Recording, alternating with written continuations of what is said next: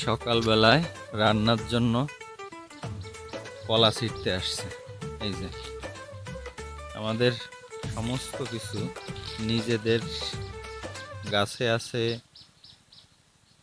শাকসবজি মাঠে আছে, সব কিছু নিজেরাই তৈরি করে খাওয়ার চেষ্টা করি। এদিকে মা সকালবেলা রস নিয়ে আসছে গেট দিয়ে, আর এই যে কলা, জমস কলা। কি রান্না করবো কলা দিয়ে? কলা দিয়ে আলু দিয়ে মাছের তরকারি। তাই? আচ্ছা, দেখা যাক স্বাদ কিরকম হয়। খাওয়া কি যাবে?